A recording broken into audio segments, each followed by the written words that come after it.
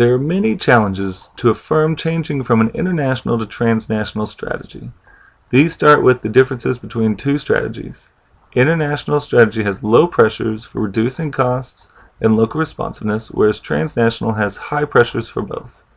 To respond to these new pressures, organizational changes will have to be made in order to better take advantage of location economies, economies of scale and learning effects, differentiating products for local differences, and fostering a multidirectional flow of skills between all subsidiaries in the firm.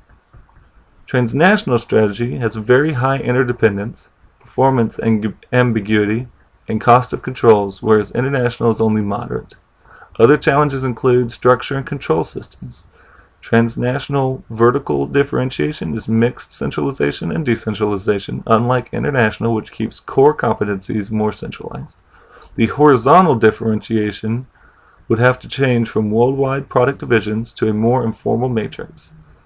The need for coordination, performance ambiguity, and control systems would need to change from moderate in international to very high with transnational. Integrating mechanisms will have to go from just a few to many. With all the structure and control changes, the organizational inertia will also have to be changed. The distribution of power and influence must change with everything else. The challenges here include resistance to these changes, preconceptions about the appropriate business strategy, and institutional constraints. A firm can overcome these challenges by how it handles the three basic principles of implementing organizational change: unfreezing, moving, and refreezing. Unfreezing the organization through shock therapy involves bold actions to change the established culture and changing the distribution of power and influence.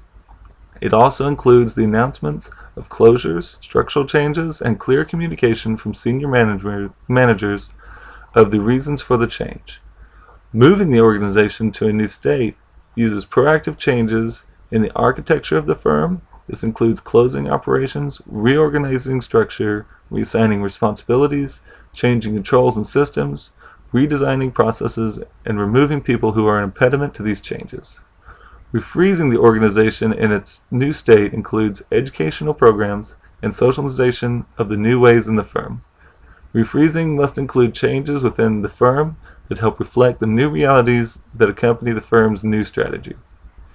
If the firm follows these three basic principles of implementing organizational change, it will be more likely to deal with the changes of transitioning from an international strategy to a transnational strategy.